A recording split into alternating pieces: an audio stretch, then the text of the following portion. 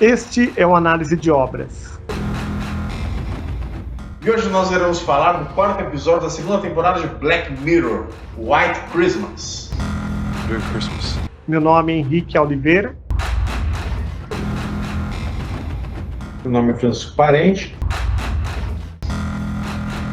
E saiba que nesse bate-papo nosso vai haver spoilers. Então, se você ainda não assistiu, assista e retorne ao nosso diálogo.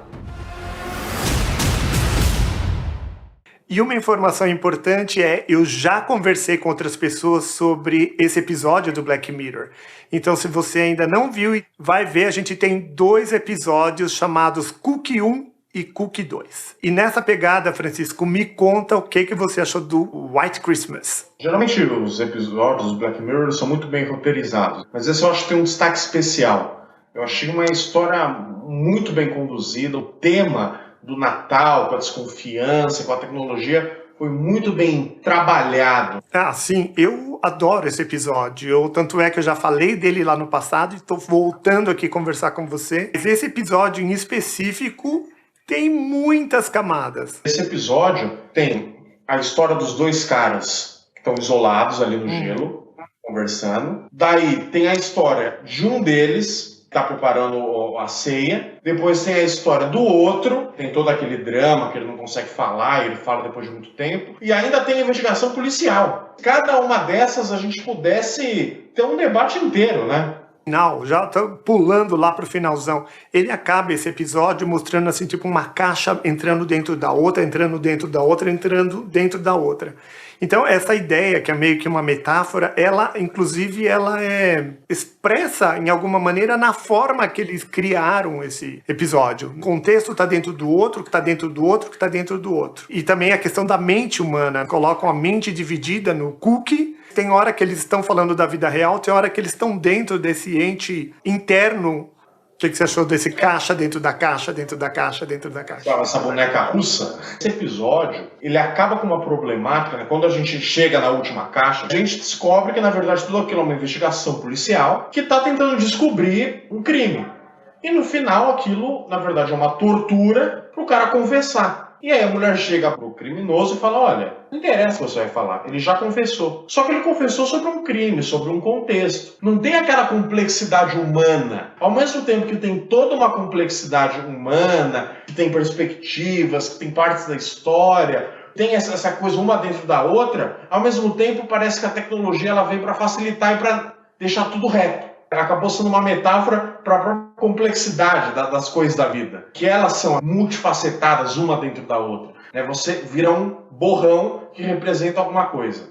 Você vira um código que representa alguma coisa. Inclusive, agora que você citou do borrão, eu queria já mencionar os níveis de questões filosóficas. Tem a questão filosófica, por exemplo, do bloquear alguém e ser bloqueado. Isso é um dos itens. Tem a questão de você sair da mente e criar um cookie que vem te facilitar a vida. Tem a questão da vida em sociedade e o ser humano ser um ser gregário. Um momento que nem no cara, no final, que ele é libertado, mas ao mesmo tempo ele não comunica com ninguém. É outra questão. Então tem tantas questões filosóficas no mesmo episódio, intoxicante até de tanta informação. Ele é muito rico, né? Porque assim, ao mesmo tempo que parece que é uma trama simples de investigação, o cara cometeu o crime, ele não quer abrir o bico, daí chamaram lá o técnico, o cookie, o cara conseguiu tirar dele e pronto. Mas ao mesmo tempo, sabe piscina de clube?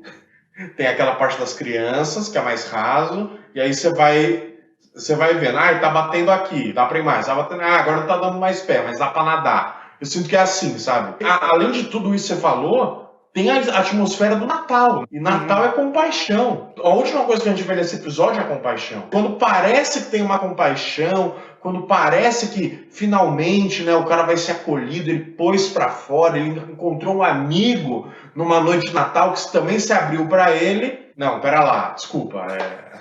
É outra rasteira, é mais uma rasteira na história. Tem que dividir esse negócio aqui, é muito complexo e muito camada sobre camada. Vamos começar com a camada número 1. Eu não vou chamar nem de 1, talvez seja 2, porque a 1 é os dois conversando naquele lugar gelado, naquela casa, e um tentando puxar papo com o outro. Ele consegue conversar com o cara, mas a primeira coisa que ele faz para ganhar a empatia do cara é contar dele. E quando ele começa a contar sobre a vida dele, abre uma história. A gente entra na segunda camada, que eu diria.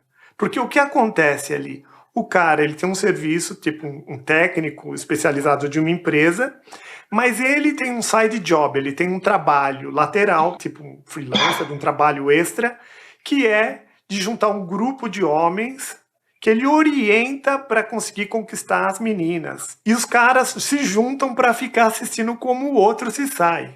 Mas assim, que ele contratou o serviço do técnico lá do Cook, porque ele não pegava ninguém. Ele não queria, digamos assim, expor a menina transando com ela e mostrando pra todo mundo que era barato dos caras. Que era você ficar expondo a vida alheia, assim, né? Ter esse tesão, né? Você ficar acompanhando o cara chavecando a menina, levando ela pra casa, e aí eles transam e tal. Quando ele tá perto de transar com ela, ele quer falar pros caras irem embora. Não, peraí, isso não é legal, não tô me sentindo confortável, sabe? Vocês vão assistir tudo. Então, quando ele consegue o que ele quer, parece que ele recua. Eu queria que você me ajudasse a ficar com ela, não assistir o que eu vou fazer com ela. Quando ele fala sobre isso, um dos caras lá que tá na televisãozinha lá fazendo os comentários, ele fala assim, mas vocês me viram quando a outra menina fez tal e tal coisa comigo.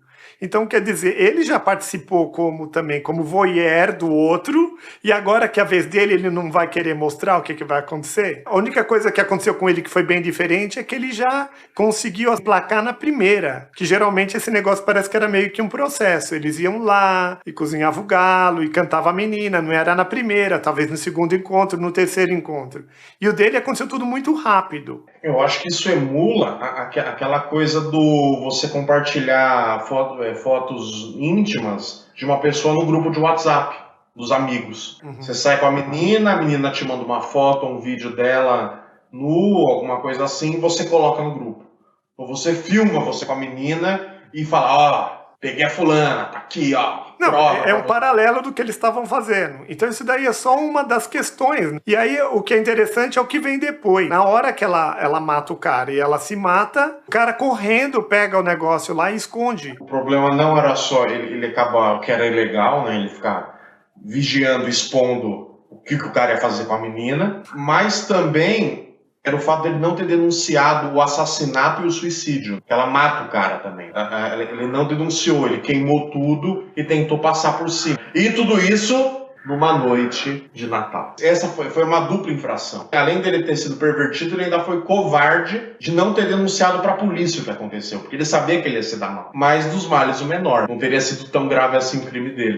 Mas você vê, quando ele foi escapar lá, ele pisou no bonequinho lá da filha dele. A esposa descobriu e ele acabou contando pra esposa. Aí apareceu outro bafafá, a esposa se separou dele, bloqueou ele, que é outro tema interessante, a questão do bloqueio. Mas antes de falar do bloqueio, eu queria falar da questão das vozes. Eu achei isso daí muito interessante, inclusive quero fazer um paralelo com a Divina Comédia de Dante Alighieri, mas a gente vai chegar lá. Porque o que acontece? Ele vai conversar com a menina que é introvertida. Ele é introvertido, vai conversar com ela, os dois ficam naquela história que até se sai muito bem, a conversa vai fluindo até, porque eles se encontram um lugar comum. A menina, ela já tá pensando em suicídio, e aí, de repente, ela vê ele falando sozinho, que ela pensa que ele tá falando com as vozes na cabeça dele. E aí ela achou, nossa, eu encontrei alguém que tá na mesma problemática que eu. Tanto é que ela convida ele pra casa dela, porque ela acredita que, bom, encontrei alguém similar que tá com o mesmo problema. O medo dela é que essas vozes acabem controlando ela. Ela quer escapar desse controle. Mas eu acho que ao mesmo tempo, essa paranoia dela dialoga com algumas paranoias que a gente vê hoje em dia das pessoas não querendo ser controladas pelo governo, achar que vai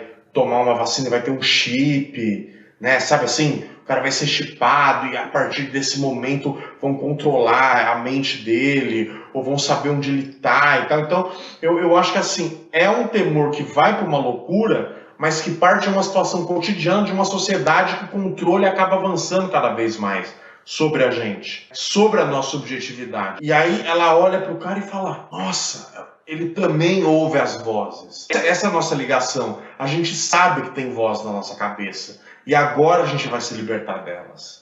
ela acredita que ele está tão atormentado quanto ela. Porque ela já estava pensando talvez em suicídio há muito tempo. Só estava precisando do empurrãozinho. E aí ela leva ele para casa dela, ele imaginou que ele ia transar com ela. Ela acaba vendo com a bebida e gloob e mata ele com o negócio, com uma coisa que ele não pediu também. Ela tenha sido a única personagem que demonstrou compaixão no episódio. Que ela falou, eu vou ajudar esse cara. Esse cara tá sofrendo, ele tem voz na cabeça. Ele fala, né, tem voz na cabeça, a gente tem que ouvir essas vozes. E ela falou, isso, a gente tem que ir mesmo, a gente tem que encarar, tá certo. Eu vou ajudar esse cara. Vamos mudar de estado, né? Vamos mudar de estado e é já. Toma esse negócio aqui. E ainda você vem, ela veio da cozinha lá, da onde ela veio, com um funil.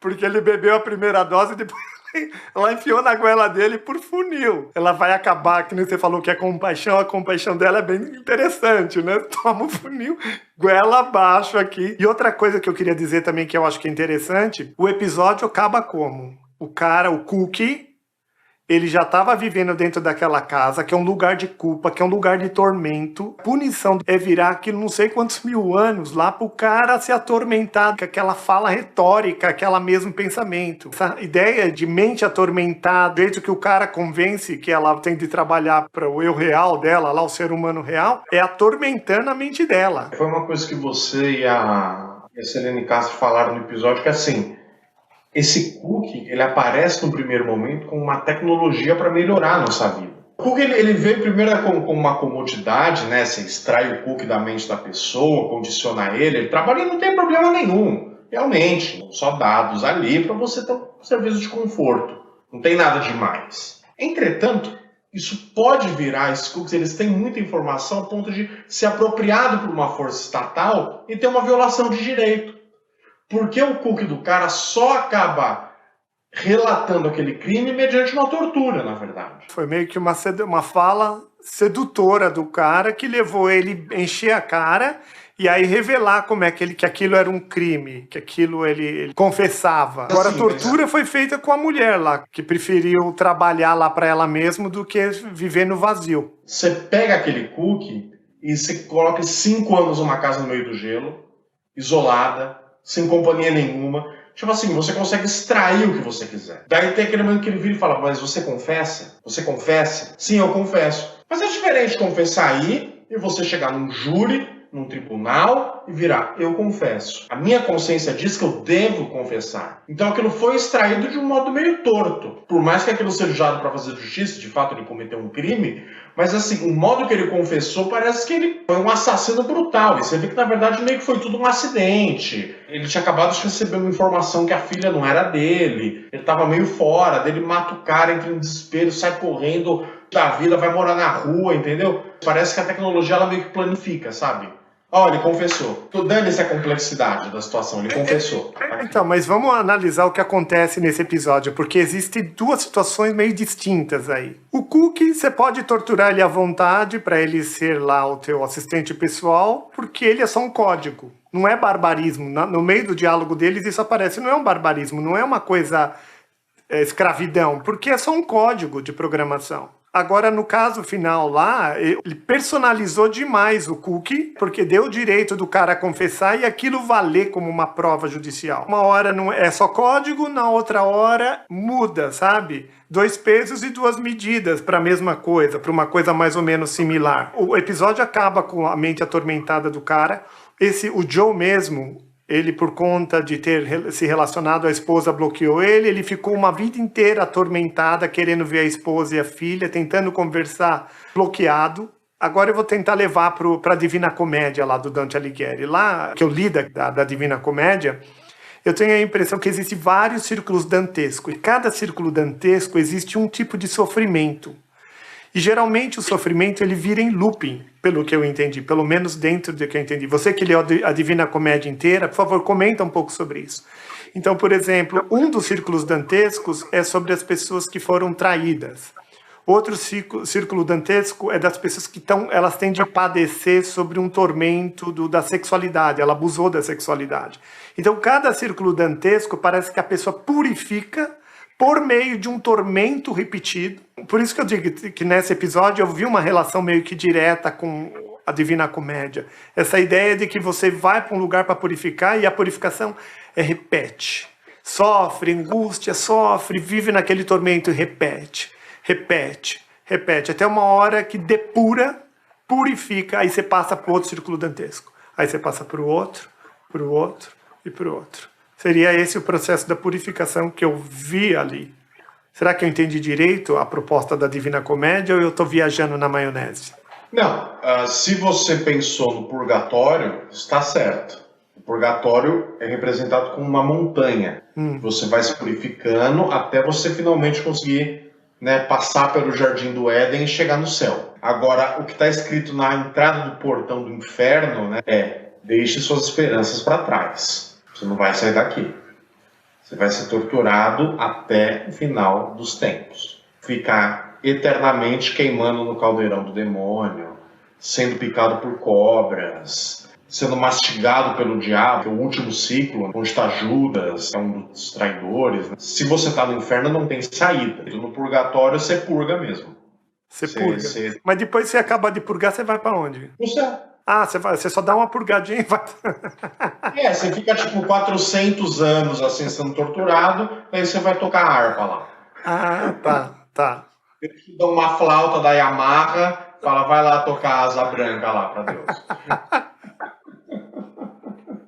Tá, agora vamos falar do bloqueado. O que você acha de ser bloqueado? Você sabe que mexeu muito comigo. Inclusive, eu teve um episódio na minha vida pessoal onde que eu bloqueei uma amiga que eu considerava amiga e que eu bloqueei. E esse bloqueio, eu bloqueei mesmo. Eu bloqueei ela no Facebook, no WhatsApp, tudo. E aí eu me referenciei muitas vezes a esse episódio. O que você acha de bloquear uma pessoa? Qual que você acha que é a validade disso? O bloqueio, ele vai contra o espírito natalino. Porque o espírito natalino, geralmente, no filme de Natal, é aquele filme que você se arrepende, você quer ter uma segunda chance, você olha no olho da pessoa e fala, pô, sabe, a gente tá aqui nós dois, almoçando juntos, na nossa família, na nossa casa, a gente tem que superar.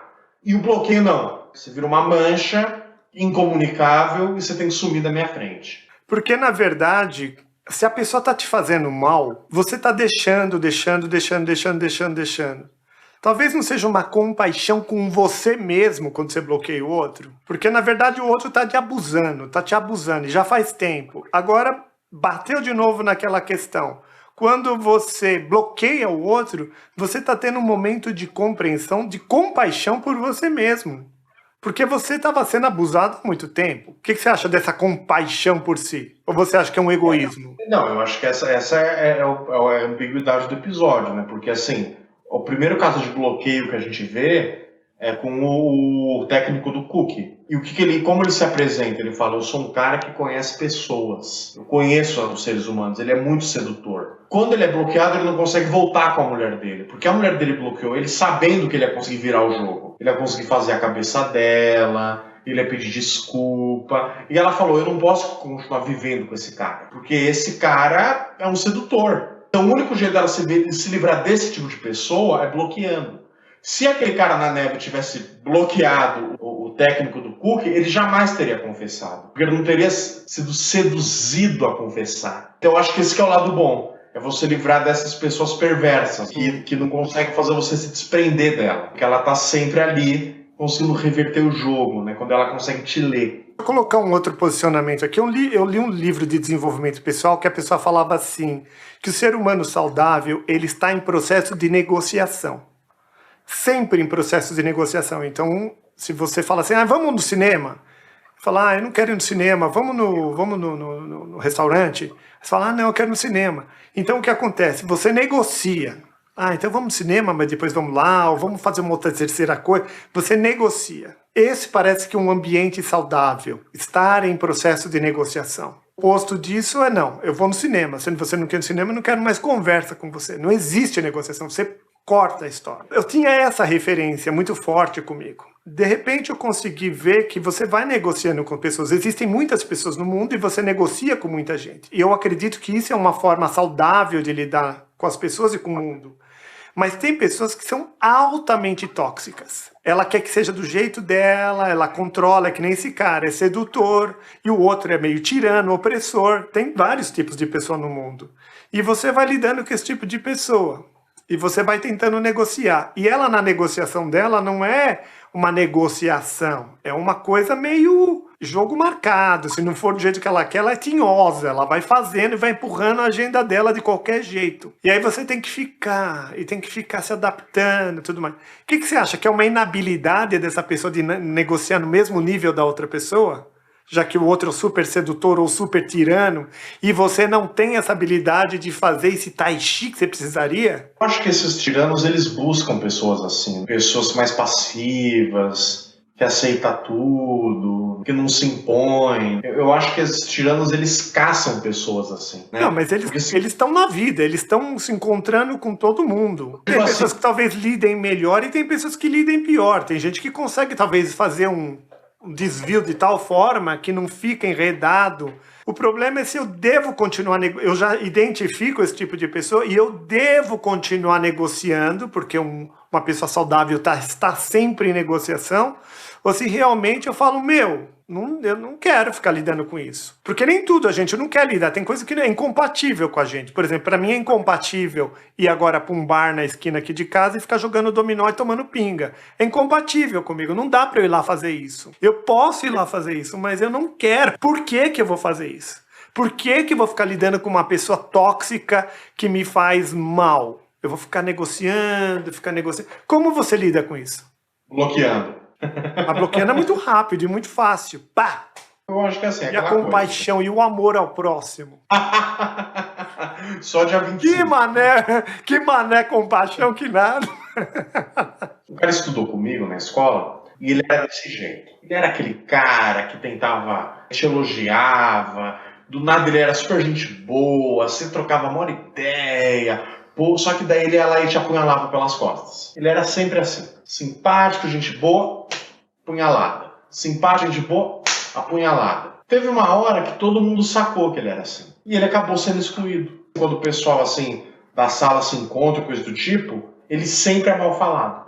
E ele nunca é convidado. Porque ele sempre é visto como o cara que assim, é tudo do seu jeito, você é um espertão, você vai dobrar todo mundo. Não, entendeu? Não dá. Tchau. Então você acha que a ideia que nem nesse cara que é uma pessoa tóxica, reconhecidamente tóxica, justo bloquear esse cara. É que nem no final do episódio, ele é bloqueado para a sociedade inteira. É uma solitária em sociedade. É uma das punições mais cruéis, que embora ele esteja livre para transitar, para ir e vir, ele não é livre para se comunicar, para trocar. Eu acho que tem pessoas que pedem isso. Tem gente que, assim, que o cara não aprende. Faz todo esse jogo de sedução ou de tirania, ela tá se achando a tal. A última coisa que ela imagina é que ela vai ser bloqueada. Quando ela recebe um bloqueio, tipo aquele pum, sabe o Windows 404? É aquele susto, porque a pessoa tá se achando a tal. E de repente ela é bloqueada, ela não é aquela pessoa tão legalzinha como ela se imaginava. Então, é que assim, é que eu acho que ele pede no sentido de que assim, ele não desiste de parar de ser essa pessoa que tenta manipular todo mundo o tempo inteiro. É nesse sentido que eu falei, ele pede por isso. No sentido de que assim, cortou relação com o tal, acho que tem uma hora que as pessoas viram entre elas e falam, vocês já perceberam que o fulano tem que ser tudo sempre do jeito dele, que ele falou mal de mim pelas costas e vira o outro, ele também falou mal de mim. É verdade. Quando a gente era mais amigo, ele fez tal coisa, entendeu? Eu acho que acaba rolando um bloqueio. Aí dá uma geral. certa segurança, você bloqueia com segurança, porque já teve até um comitê de avaliação do camarada. Francisco, deixa eu dizer, nosso horário já avançou. Esse episódio tem muita coisa para falar. Você viu quanta coisa interessante que não apareceu aqui? Né, a mulher ter o filho do Japa, isso foi demais. A culpa, é outro assunto que eu acho que a gente pode até falar talvez um outro dia, é da culpa também, que é uma questão muito presente nesse episódio, que perpassa tudo, né? Imagina o cara lá que ele mata aquele senhorzinho sem querer, depois a criança que ficou sozinha na casa acaba indo lá andar na neve, morre e tudo culpa, tormento e a culpa. Esse episódio aí eu dou parabéns pra ele pela quantidade de coisa sombria e maléfica que a gente nem imagina. Então, pessoal, espero que vocês tenham gostado do nosso bate-papo. Eu particularmente adorei falar sobre ele. Hoje a gente se estendeu a vários outros itens que eu não tinha ainda falado do White Christmas. Se vocês gostaram, por favor, venha pro debate com a gente, dê um like nesse vídeo e ajuda a partilhar essas ideias. Deixa o like, deixe seu comentário, compartilhe nas redes e vamos proliferar debate sobre esse episódio maravilhoso de Black Mirror. Até a próxima. Até, tchau. Tchau, tchau.